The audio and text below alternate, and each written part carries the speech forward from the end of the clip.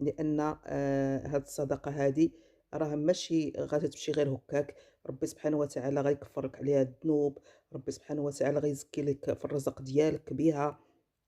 لأن الناس اللي عندهم راه ضروري خصهم يخرجوا الزكاة ديالهم.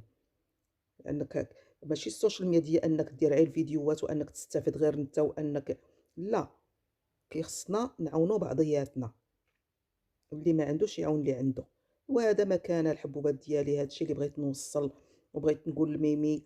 الحبيبة ديالي ما تبكيش، بالعكس خصِّك تفرحي، خصِّك تكوني قوية، وخصِّك تكوني ما تديهاش في الناس، حيت أنتِ عطيتِ درس لبزاف د الناس.